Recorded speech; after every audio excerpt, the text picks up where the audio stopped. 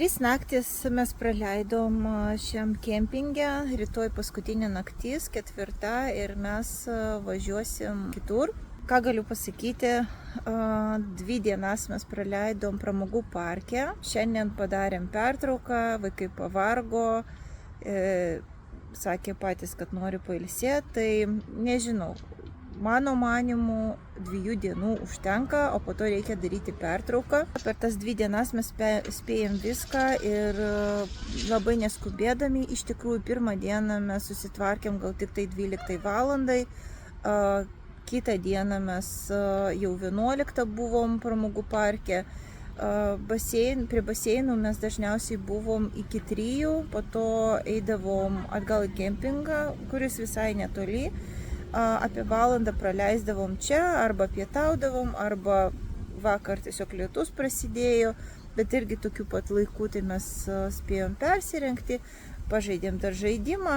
4 po 4 maždaug eidavom atgal ir tada jau buvom pramogų parke. Vakar dar laipijom per tas laipijimo trasas. Tai spėjom viską tikrai ir ant batutų, ir ant tų visų supinių. Dėl gyvenimo palapiniai, šiaip aš labai mėgstu kempingą, tikrai labai džiaugiuosi, bet naktis yra labai šaltos, bet mes susitvarkėm. Aš su 2 kelnėm, mes po 2 poras kojinių užsidėjom. Pasižiūrėjau, kad vaikų miegmaišiai yra šiltesni, mano yra toks šaltesnis, dėl to man yra šalta. Jų tokie geruliai tikrai, jiems nėra šalta. Tai pirma naktis taip visada toks būna tokia be miego, reikia priprasti ir taip toliau.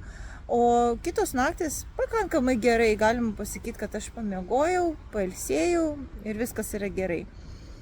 Tai gyvendami palapinėje visada reikia tvarkytis, viskas yra žymiai sunkiau, pagaminti valgyti, reikia nešti, indus plauti irgi reikia kažkur nešti, prisineša smėlio į palapinį, reikia viską iškratyti ir taip toliau. Tai šiandien 2 valandas dabar vėl tvarkiausi, turėjau laiko, tai reikia pradžiovinti miegmaišius, drabužius, reikia vėl prašluostyti palapinę, viską pasiurbti, turiu su savim tokį siurbliuką, tai vis prasiurbiu, kad palapinė būtų švari. Viskas yra gerai, mes mes turim rozetės, elektrą, aš jau palapinė ir va čia iškart mes turim tas rozetės. Tai padarom valgyti, aš su savim atsivežiau tų, kaip jis vadinasi, multipodas ar kažkas tai tokio, kur gali ir kepti, ir virti, ir pyragus kepti, ir beleką. Tai su juo labai lengva pagaminti valgyti, sumeti, uždarai ir viskas. Ir eini savo ten toliau daryti kažką. Tai po to grįžti, vėl pamaišai, pažiūri ir vėl eini. Tai dėl to aš jį su savimi ir paėmiau, kad, nežinau, man su juo yra tikrai patogu. Tai va, tai gaminom su juo, taip pat aš turiu tą dujinę, kaitinam arbatą. Jeigu reikia kažką, galim pakepti, kiaušinienę kokią, bet šiaip, sakyčiau, visai yra gerai. Apie šitą kempingą kalbant, tai jisai geras, tikrai neblogai, yra geri dušai, 3 galbūt, vienas yra moterų, kur yra moterų tualetas, kitas yra vyrų tualete. Ir tas, kur aš rodžiau, kur yra tas neįgalųjų, ten ir dušas su tualetu. Tai dažniausiai mes ten einam, visi 3. Tai tikrai šilta, gera, nueinam visada vakare nusiprausti, persirengti, patogiai iš tikrųjų. Gal trūksta viryklės ir trūksta dar skalbimo mašinos. Mes dar gyvensim kempinge Čekijoje ir ten panašu bus viskas. Ir virtuvėlė liktai turėtų būti, ir skalbimo mašinos. Būna tikrai kempinguose dažnai tokie dalykai, į virtuvėlės, ir skalbimo mašinos, ir visi patogumai. Tai ir dušų būna daugiau, bet čia tikrai nėra daug žmonių.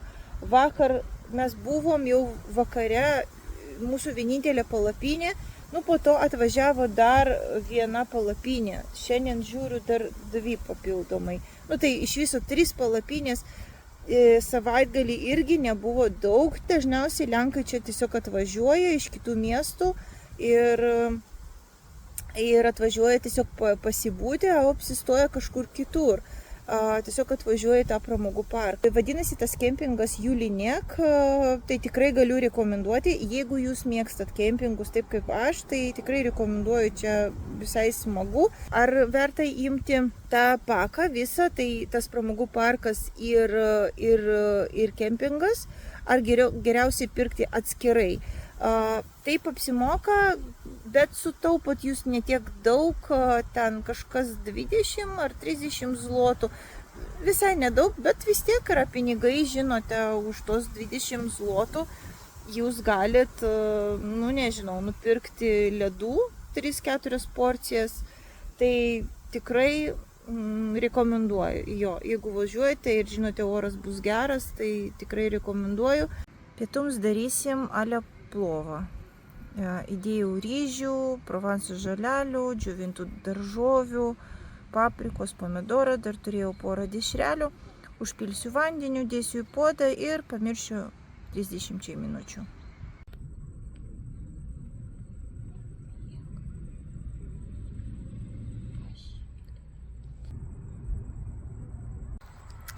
Einu atsigerti arbatos, pasidėti pavėsinėj. Ir tuo pačiu papasakosiu, kokia valiuta geriausiai atsiskaityti Lenkijai. Yra du būdai. Tai pirmas, jūs atsiskaitot eurais ir jums taikomas kažkoks kursas. Tai šiuo atveju dažniausiai kursas būna labai prastas. Ir yra kitas būdas atsiskaityti zlotais ir tada jums bus papildomai taikomas mokestis.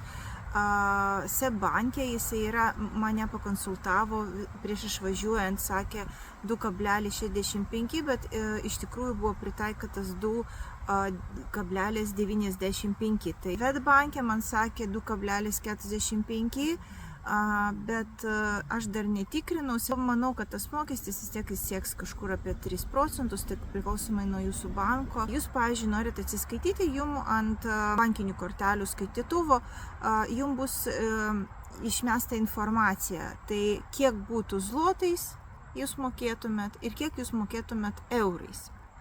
Pavyzdžiui, mokant už šitą kempingą, man išmetė 225 eurus, 898 zlotų. Kai aš sumokėjau, ir jūs tada turit pasirinkimą mokėti zlotais arba mokėti eurais. Ir jūs pasirinkat ant to skaitytuvo, kokią valiutą jūs norit mokėti. Aš pasirinku zlotais ir tada iš mano banko kortelės nuskaičiavo 216 eurų. Tai skirtumas yra 9 eurai. Ir ta, ką išskaičiuoja iš manęs, jau yra kartu su to konvertavimo mokesčiu. SEB banke, pavyzdžiui, 2,95%. Pavyzdžiui, atsiskaitinėjau aš parduotuviai. Vėlgi, ant ekranėlio to išmeta, kad eurais tai būtų 42 eurai, o faktiškai aš sumokėjau 38 eurus. Kaip matot, 4 eurai yra skirtumas. Tai be abejo reikia atsiskaitinėti zlotais, nes eurais jums pritaiko labai prastą kursą. Ir kuo didesnė suma, to didesnę sumą jūs galite sutaupyti.